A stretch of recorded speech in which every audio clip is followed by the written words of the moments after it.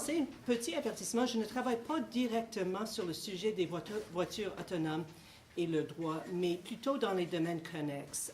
Par exemple, je travaille présentement sur les questions concernant les villes intelligentes.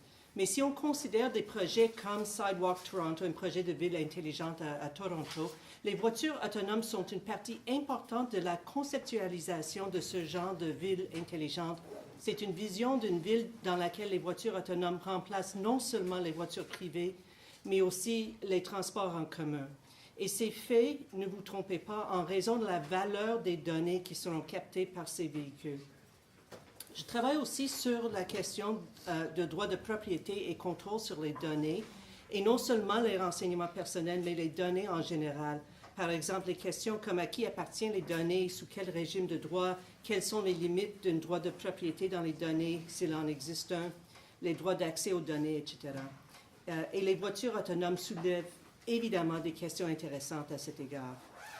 Il y a 9 ans, j'ai préparé avec mes collègues Jennifer Chandler et Elizabeth Judge un rapport pour le département de transport du Canada sur les systèmes de transport intelligents et la vie privée.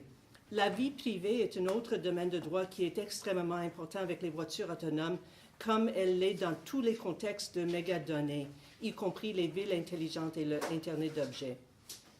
Dans tous les contextes, il faut confronter des questions concernant la vie privée, la surveillance, l'intelligence artificielle, le profilage, la localisation des données, etc. Et comme je vais élaborer plus tard, l'évolution de la politique publique allant des systèmes de transport intelligents aux voitures autonomes est intéressante aussi. Alors, le titre de ce panel est « Voitures plus droit », mais le domaine de véhicules autonomes est beaucoup plus large que les voitures et il touche à plusieurs secteurs de l'économie. La catégorie de véhicules autonomes inclut les camions, les véhicules de transport en commun, les avions, qui sont de plus en plus automatisés, les véhicules agricoles et il ne faut pas oublier non plus les drones. L'évolution de ces technologies aura plusieurs impacts sur la politique publique et le droit. Les impacts vont varier selon le secteur. Parmi tous ces véhicules automatisés, c'est peut-être les voitures et les drones qui ont capturé le plus l'imagination publique. Je note aussi que ce sont les deux technologies destinées à l'emploi par les individus ordinaires et pour les fins pratiques ainsi que de loisirs. C'est peut-être pourquoi il y a certains chevauchements importants entre les questions juridiques posées par les drones et par les voitures autonomes. Mais du point de vue de politique publique et de l'impact sur le public, une différence importante est que même si les drones seront très utiles dans plusieurs contextes, ils sont quand même quelque chose de nouveau pour le public, tandis que les voitures font partie de nos vies quotidiennes. Je suggère qu'il peut être plus compliqué de réglementer une technologie qui se ressemble beaucoup à quelque chose de bien connu que de réglementer quelque chose de nouveau. Ceci est parce qu'on a tendance de faire des analogies avec ce qu'on connaît, même si ces analogies ne sont pas appropriées, et aussi parce qu'on accepte ces technologies comme une nouvelle version de ce qu'on connaît déjà au lieu de quelque chose de nouveau qui nécessite une approche complètement différente. On est habitué à être passager dans une voiture, mais il faut peut-être le considérer comme étant passager dans un grand capteur de données. Alors, on parle de ville intelligente, voiture autonome. C'est la banalisation des technologies transformatives. Dans le cas de ville intelligente, par exemple, on voit dans le projet Sidewalk Toronto des conversations autour de la gestion de la technologie au lieu d'une discussion de la nature et le rôle d'une ville. On prend pour acquis que c'est une ville, c'est simplement une ville plus intelligente. Et dans cette présomption, on perd peut-être certaines questions importantes. Pour nos fins aujourd'hui, je limite ma discussion aux voitures au lieu de tous les autres types de véhicules autonomes. Cependant, je note que dans les deux cas, il y a deux grandes catégories de questions juridiques. Première catégorie, ce sont les questions réglementaires orientées autour des véhicules. Par exemple, quelles sont les normes de fabrication, les éléments de sécurité routier, par exemple, qui aura le droit de les mettre sur la rue, dans quelles circonstances, sous quelles limites, les assurances, excusez-moi, la responsabilité civile dans l'opération du véhicule. Alors, c'est réglementation comme véhicule, comme objet.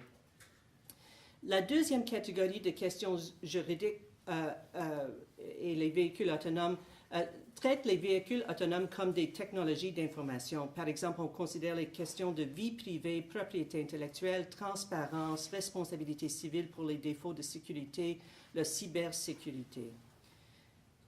Alors, parlons ici pour quelques minutes des questions de vocabulaire. J'ai déjà mentionné le terme système de transport intelligent. Ce terme inclut les voitures autonomes et même des voitures branchées, mais quand on parle des systèmes de transport intelligents, on met l'emphase ailleurs que sur les voitures mêmes. Les systèmes de transport intelligents impliquent directement les gouvernements. On parle des systèmes, alors de l'infrastructure et de la planification. L'aspect intelligent parle de l'incorporation de technologies d'information pour rendre les systèmes de transport plus efficaces, plus sécuritaires, etc. Ça inclut les capteurs, l'analyse de données et les outils de communication, mais c'est souvent le cas que ces capteurs sont sous le contrôle du gouvernement et non pas le secteur privé. Alors, si on pense d'une première génération de systèmes de transport intelligents, c'est l'emploi d'un numéro de téléphone ou d'une fréquence particulière sur la radio pour communiquer des renseignements aux chauffeurs. C'est pas trop intelligent, mais c'est quand même un peu intelligent. Deuxième génération, ce sont les grands panneaux digitaux sur les autoroutes avec avis sur les incidents, la construction et la bonne conduite. Alors, dans la deuxième génération, on a des panneaux capables de communiquer les renseignements aux chauffeurs plus directement et d'une façon plus immédiate. Dans une troisième génération, l'infrastructure communique directement avec la voiture. Et c'est dans cette troisième génération qu'on commence à voir les voitures branchées.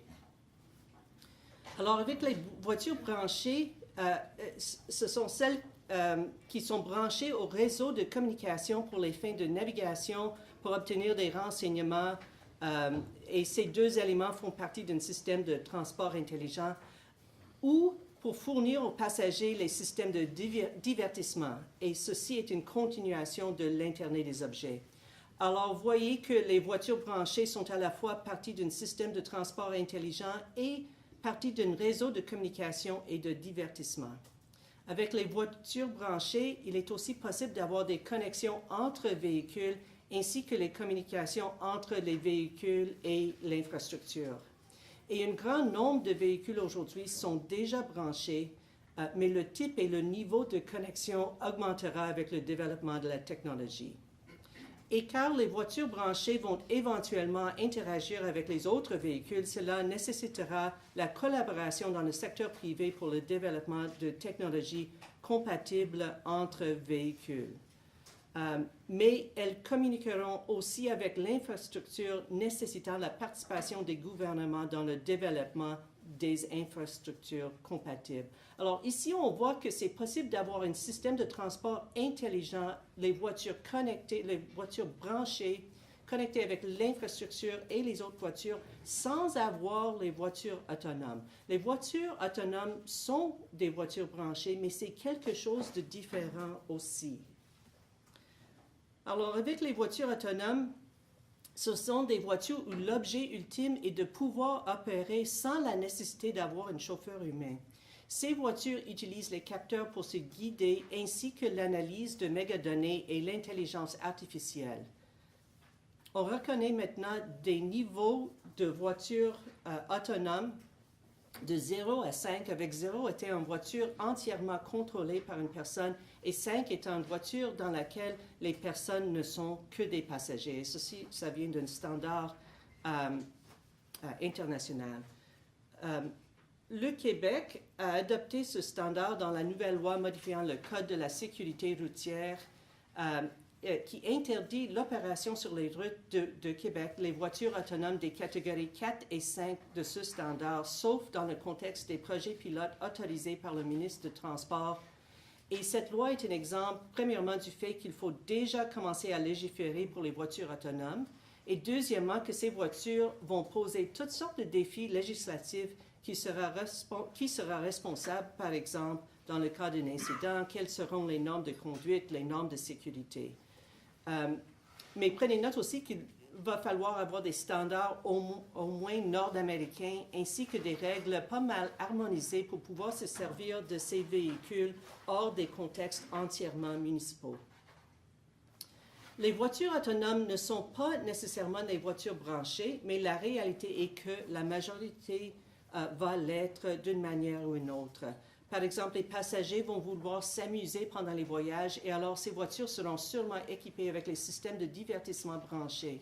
En plus, il serait avantageux pour les véhicules autonomes de pouvoir se connecter avec l'infrastructure qui est capable de leur communiquer des renseignements utiles concernant les conditions de route, le trafic, etc. Pourquoi est-ce que j'ai mis cette emphase sur la distinction entre système de transport intelligent, voiture branchée et voiture autonome? C'est en partie parce que ces catégories différentes importent des nuances importantes aussi. Quand on parle d'un système, on parle d'un groupe de parties prenantes, une implication gouvernementale importante. Mais quand on parle des voitures, qu'elles soient branchées ou autonomes, on parle des biens personnels, des voitures privées branchées à leurs manufacturiers et les fournisseurs de services de télécommunication, navigation et divertissement. L'importance croissante de voitures autonomes est une indication que c'est le secteur privé qui commence à dominer dans cet environnement et c'est le gouvernement qui essaie de rester pertinent. C'est un peu le type de situation qu'on a vu avec l'économie du partage et dans plusieurs autres domaines de technologie d'information aussi. Le secteur privé n'attendrait pas les gouvernements avant de développer et de créer un marché pour leurs produits et services.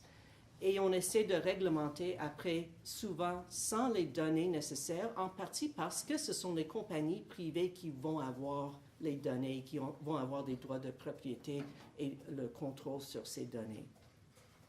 C'est une préoccupation qu'on voit dans les recommandations du Comité sénatorial permanent des transports et des communications dans leur rapport Paver la voie, technologie et le futur du véhicule automatisé qui est sorti il y a quelques mois seulement. Le gouvernement doit agir et doit agir rapidement pour pouvoir jouer un rôle dans l'établissement des normes dans ce domaine. Les voitures autonomes représentent une technologie transformative en partie à cause de l'importance du transport à notre économie et notre société, qu'ils soient des camions, des taxis, des voitures privées. Dans les grands pays comme le Canada et les États-Unis, où les membres d'une même famille sont souvent séparés par des centaines ou même des milliers de kilomètres, et dans un contexte où on est habitué à voyager de grandes distances pour les vacances, pour voir les amis, pour le travail, et oui, pour se découvrir, les voitures sont une partie importante de notre mode de vie et même de notre culture. Et dans la culture nord-américaine, les voitures sont célébrées dans les films, à la télé et dans la musique populaire. Elles sont des symboles de sexualité, de liberté, même de révolte. La vision de liberté ne se voit pas dans la promotion des voitures autonomes, sauf dans le sens d'être libre de la responsabilité de conduire. Et je ne sais pas si c'est une réflexion sur une culture qui a déjà changé, une vision d'une culture en voie de changement. Ça a peut-être commencé avec le minivan. Mais les voitures autonomes offrent une vision de mobilité avec plus de sécurité, avec plus d'opportunités pour les personnes incapables de conduire, y compris un nombre croissant d'aînés. On entend parler aussi d'avantages pour la société, une augmentation de la productivité, la conservation de l'essence, la diminution de congestion. Alors, ce sont pratiques. Mais l'élément le plus attirant est peut-être la capacité de ces voitures de nous permettre de continuer nos vies devant l'écran. La voiture étant une extension de la maison et le bureau. Alors peut-être on remplace les associations culturelles entre la voiture et la liberté, la découverte du pays, du soi-même, avec l'état de surveillance, le profilage, le commerce mobile et électronique. Et c'est peut-être là qu'on voit la plus grande transformation culturelle.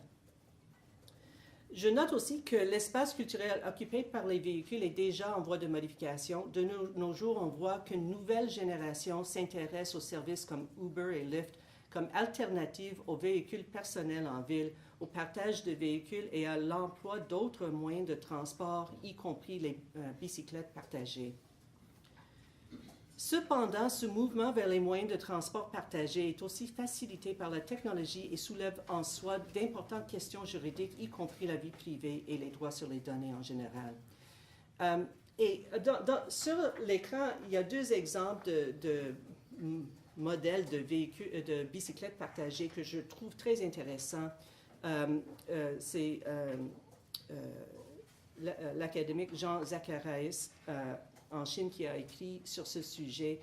Il y a plusieurs modèles de bicyclettes partagées. On est habitué au premier modèle ici, les bicyclettes, on trouve une station pour les bicyclettes, on utilise une bicyclette, on le retourne à une autre station quand on est terminé. En Chine, il y a une nouvelle génération de bicyclettes partagées. Là où on s'inscrit pour une app, on contribue beaucoup, c'est la Chine, beaucoup de renseignements personnels. Quand on cherche une bicyclette, on le trouve en utilisant l'app. Quand on est terminé avec le trajet, on laisse tomber la bicyclette. Pour la prochaine personne, en théorie. Mais ce qui est arrivé en Chine, c'est que autour des stations de métro, les espaces touristiques, on a des piles de bicyclettes. Et on peut penser, comment est-ce que c'est possible d'avoir un tel système et que ça soit rentable si on jette les bicyclettes, ce sont des vidanges après l'utilisation, et c'est à cause des données. Et il y a une leçon importante là-dedans. Les données qui sont ramassées en utilisant ces apps sont d'une valeur beaucoup plus importante que les bicyclettes mêmes. Alors, quand on parle des voitures autonomes, quelques observations. J'ai parlé auparavant des systèmes de transport intelligents. On commence à voir une diminution du rôle du gouvernement dans les systèmes de transport intelligents. Au lieu d'être une partenaire importante, on commence à le voir comme facilitatrice de la mise en œuvre de l'innovation dans le secteur privé. Dans ce contexte, il est important de penser à la vie privée. On voit déjà ce qui se passe avec notre vie privée dans les mains d'un secteur privé qui est en train d'innover avec les mégadonnées si rapidement et dans toutes les directions qu'il devient difficile de se protéger ou de réglementer. C'est le problématique du secteur privé qui est en avant de la réglementation, problème des gouvernements qui ont peur de limiter l'innovation, problématique de changement rapide du statu quo et de la normalisation de l'exploitation de plus en plus de renseignements personnels. Et je note aussi que dans le cas de Sidewalk Toronto, la ville intelligente, on voit une situation où les compagnies de technologie deviennent les leaders et qu'ils commencent à remplacer ou à approprier le rôle central du secteur public. Alors, quelques questions juridiques importantes. Le contrôle de données générées par l'opération de véhicules autonomes soulève une question j'ai déjà mentionné plusieurs questions, mais il y a aussi une autre question de concurrence libre. Par exemple, voir la recommandation 11 du comité du Sénat dans leur rapport. Dans le rapport, le Sénat mentionne la concurrence entre les divers secteurs des industries liées à l'automobile et au transport et que ça va être important de veiller à ce que les secteurs comme le marché secondaire et la location de voitures conservent l'accès aux données dont ils ont besoin pour offrir leurs services. Alors, on voit déjà un problème de concurrence avec la concentration de données dans les mains de certaines compagnies privées. Je note aussi que ça va être un problème pour les gouvernements d'avoir accès à ces données pour la planification ou pour les autres fonctions publiques.